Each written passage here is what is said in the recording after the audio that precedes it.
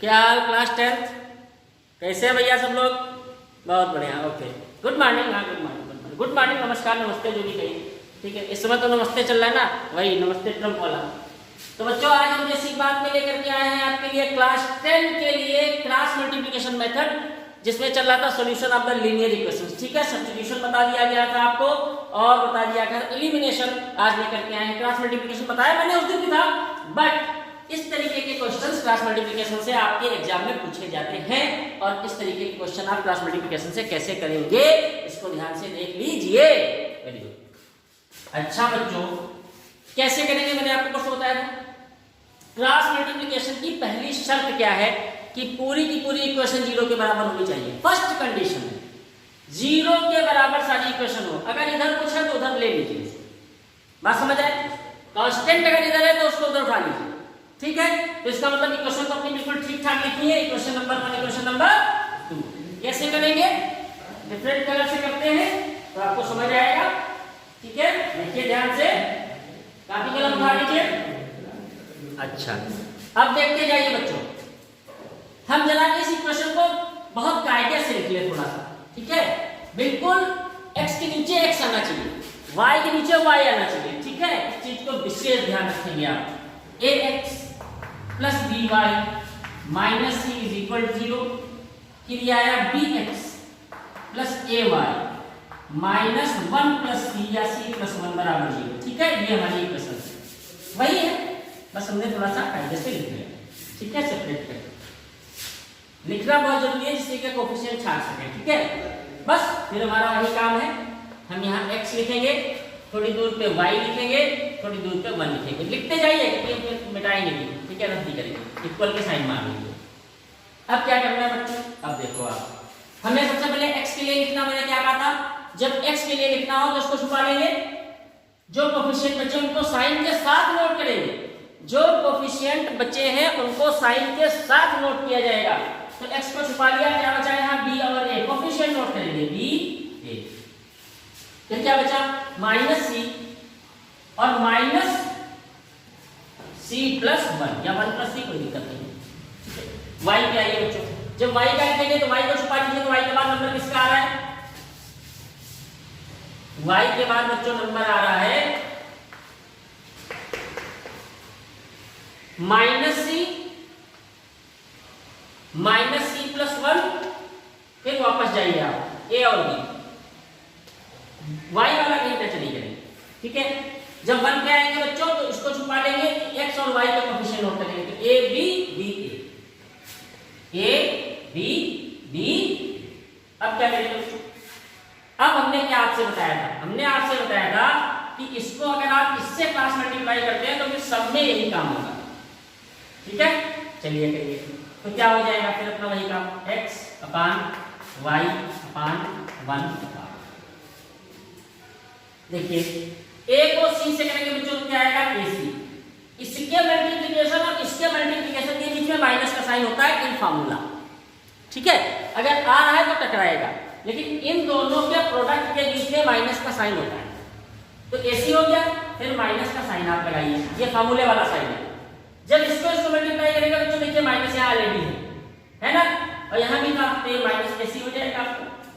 जब यहाँ है तो माइनस प्लस माइनस, यहाँ से माइनस आया और ये बीच वाला माइनस, दोनों टकरा के क्या हो गया प्लस। ये चीज समझ आई, माइनस प्लस माइनस और बीच में माइनस होता ही है, तो माइनस माइनस क्या हो गया प्लस। इसको मल्टीप्लाई कर लीजिए तो b c प्लस 1 ऐसे लिख लीजिए, मल्टीप्लाई बात तो कर लेते हैं। अच्छा इधर आइए, माइनस प्लस माइनस, ठीक है, क्या है a c प्लस 1, फिर माइनस bc, तो bc का है कहाँ रहा है माइनस का, तो माइनस पहले से है तो प्लस bc, ठीक। 1 पे आइए, b square minus a square, देखिए माइनस हो गया, क्या है माइनस नहीं था तो बीच में फार्मूले वाला माइनस आ गया, ठीक है। चलिए अब क्या करेंगे, इसको खोलेंगे, आइए क्या हो जाएगा, minus ac plus bc plus b बन जाए, इसको खोल लीजिए, समझ आ रहा है। तो ये क्या हो जाएगा बच्चों, माइनस ए को सी से करेंगे तो माइनस का ए सी, माइनस ए को 1 से करेंगे माइनस का ए प्लस का बी सी। ये क्या हो जाएगा बच्चों, 1 अपान बी स्क्वायर माइनस ए स्क्वायर, बी स्क्वायर माइनस ए स्क्वायर। इसको बच्चों अगर हम लोग खोले तो क्या हो जाएगा, या रहने दीजिए खोलने के लिए, एक मिनट के लिए चले दीजिए। इतना समझ में आ गया, इसको नोट कर लीजिए, नोट कर लिया, वेरी गुड। इधर लिखते हैं अब, ठीक है। चलिए यहां से उठाते हैं, अब हमें x की वैल्यू चाहिए, यहां से तो सॉल्व हो गया, इसको और इसको कंपेयर करेंगे, ठीक है। फार x क्या है बच्चों, x अपान, पहले प्लस के टर्म लिख लीजिए, bc plus b minus ac is equal to 1 upon b square minus a square, ठीक है। क्रॉस मल्टीप्लाई कर दीजिए बच्चों, क्या हो जाएगा, x b square minus a square is equal to bc minus ac। देखिए आप होशियारी आपकी चालू हुई, bc minus ac plus b, कुछ करने नहीं है, कुछ कर नहीं पाएंगे, तो x इज इक्वल टू क्या होगा, ये इस तरह से नीचे चला जाएगा, तो bc minus ac plus b upon b square minus a square. ये आपका x की वैल्यू आ गई इस तरीके से, ठीक है। देख लीजिए ये आपकी x की वैल्यू आ गई, ठीक है। अब इसी तरीके से आप वैल्यू इसकी लिख सकते हैं,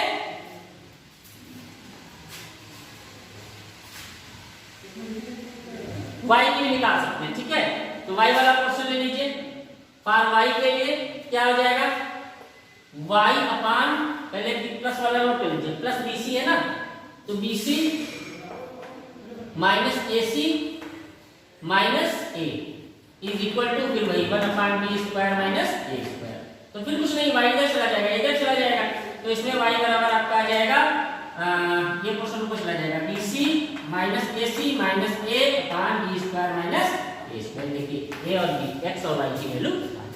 तो क्रॉस मल्टीप्लिकेशन से ये क्वेश्चन करना थोड़ा सा आसान होता है, लेकिन प्रोसीजर पे खास बात आपको ध्यान देना पड़ेगा। समझ आ गई बात, कर लेंगे सबको, करने का प्रयास कीजिएगा, आदर्श अग्रवाल की बुक से सम को करने का प्रयास कीजिएगा। अब एक नई चीज पे आते हैं, वो भी आप समझ लीजिए, हटा दें।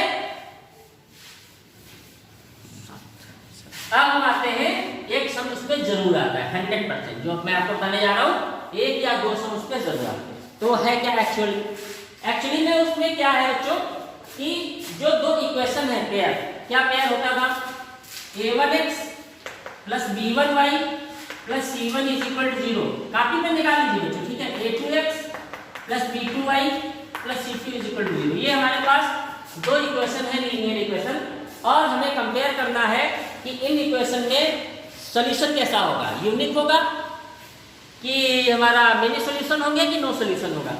तो इसके लिए बच्चों हम कोफिशिएंट को कंपेयर करके बता सकते हैं, ठीक है। तो पहला कंडीशन हमारा यूनिक का है, यूनिक सॉल्यूशन कब होगा, जब a1 अपान a2 और b1 अपान b2 इनके रेशियो बराबर होंगे। अगर ऐसा हो रहा है दोनों इक्वेशन में, जैसे मान लीजिए 2/4 और 3/6, तो 1/2 1/2 रेशियो आएगा दोनों का। अगर ऐसा हो रहा है तो सॉल्यूशन कैसा होगा बच्चों, यूनिक होगा। समझ आई बात। सेकंड कंडीशन बच्चों का है कि नो सॉल्यूशन, कि कोई भी सॉल्यूशन नहीं, असल इनफाइनाइट सॉल्यूशन,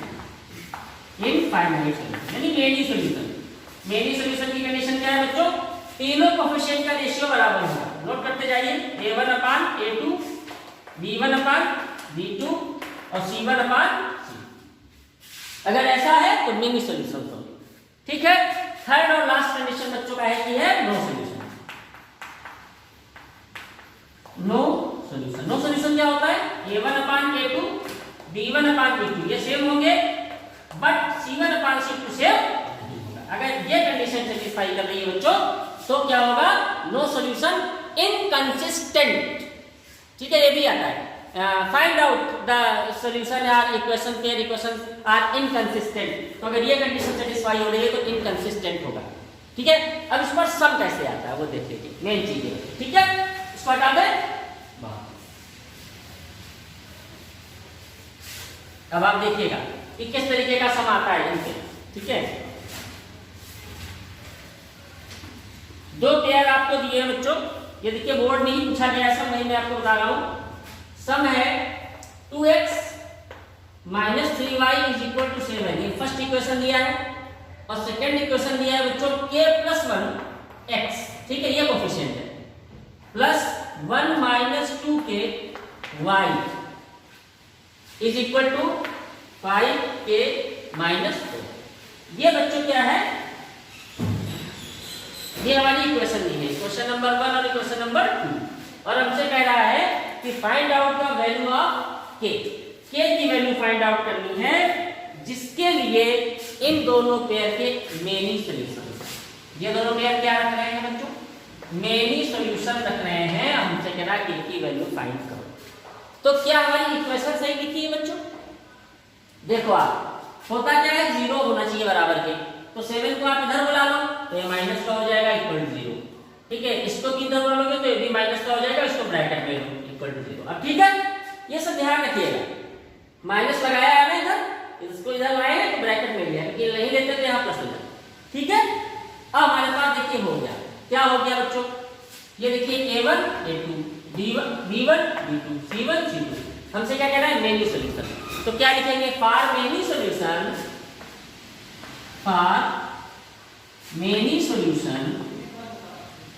क्या कंडीशन बच्चों सेटिस्फाई होती है, a1/a2 is equal to b1/b2 is equal to c1/c2। ये तो कंडीशन होती है, रख दीजिए। a1 की जगह क्या है बच्चों 2, a2 की जगह क्या है k + 1, b1 की जगह क्या है -3, साइन मत छोड़िएगा, b2 की जगह क्या है 1 - 2k, c1 की जगह क्या है -7, और c2 की जगह बच्चों क्या है -5k - 4, ठीक है। अच्छा, ये माइनस तो प्लस हो जाएगा बच्चों, हो गया। अब देखिए हमारे पास ये कंडीशन आ गई, इसको सेटिस्फाई करेंगे, इसको क्रॉस मल्टीप्लाई करके k की वैल्यू निकालेंगे। इसका समझ आ गया सबको? देखिएगा, कोई भी एक उठा लीजिए, मान लीजिए यही दोनों को उठा लीजिए, आप इसको ले सकते हैं, इसको ले सकते हैं, इसको, क्योंकि सब तीनों बराबर है तो आप इन्हीं दो को ले सकते हैं। क्या होगा, 2/k + 1 is equal to -3/1 - 2k। Cross multiply करके क्या हो जाएगा, 2 1 - 2k is equal to -3k plus, ठीक है। इधर आइए, क्या हो गया, 2 × 2 -4k is equal to -3k plus minus, ठीक है। सॉल्व करना है इसको।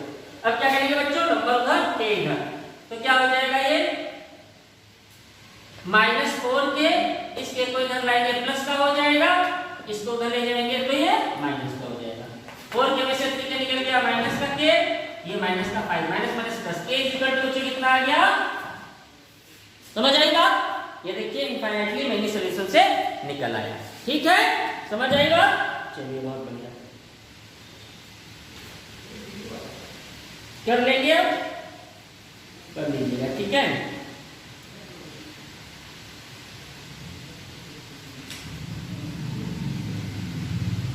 अब एक समय आपको इसमें मैं बता दे रहा हूं, फिर आपका ये चैप्टर ओवर होता है, उसके बाद फिर वर्ड प्रॉब्लम शुरू होंगी, ठीक है। हटा दे, रफ कर दे, क्लास 10 वाले रफ कर दे भैया, चलिए रफ कर रहे हैं, ठीक है।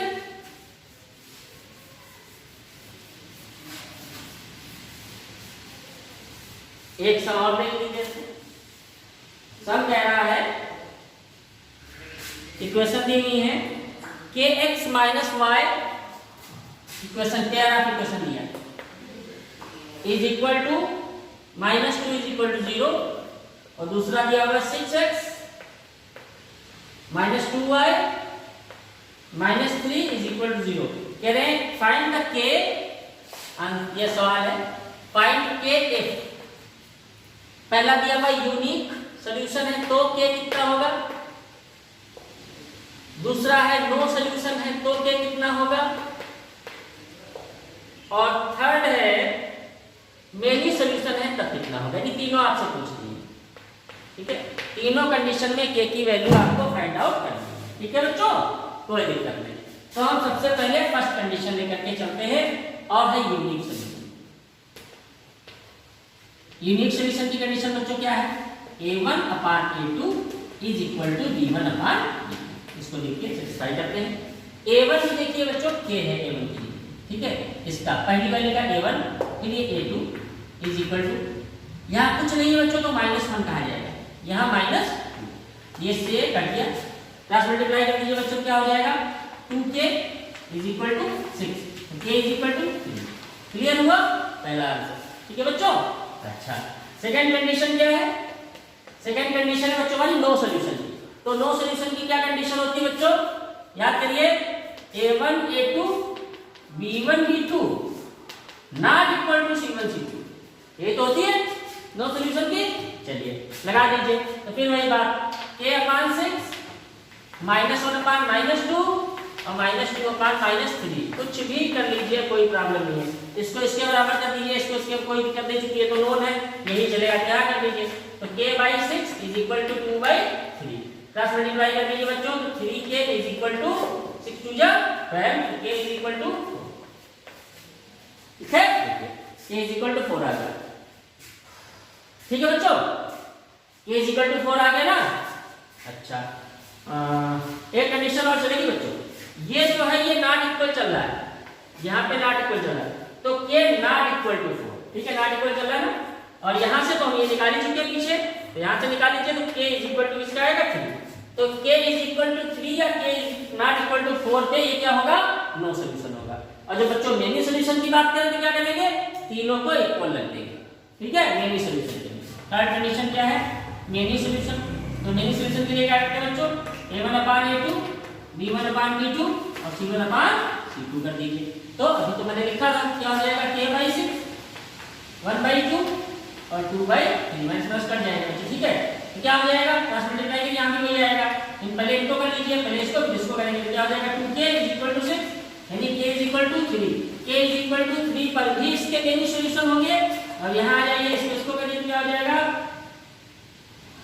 k/6 इज इक्वल टू 2/3, यानी k इज इक्वल टू 4, यहाँ भी इसके मेनी सॉल्यूशन होंगे। यहाँ पर आपका ये टॉपिक फिनिश होता है बच्चों, कल से आपकी वर्ड प्रॉब्लम शुरू होंगी, तो यहाँ तक के सारे सम जितने हो सकते हैं मैक्सिमम आप करिए, ठीक है, हाँ आराम से करिए, नो प्रॉब्लम है। कल से मैं आपको वर्ड प्रॉब्लम बताऊंगा, और हो सकता है कि कल ही इस चैप्टर का भी एंड हो जाए। काम करते रहिए, पढ़ते रहिए, खुश रहिए, गुड बाय।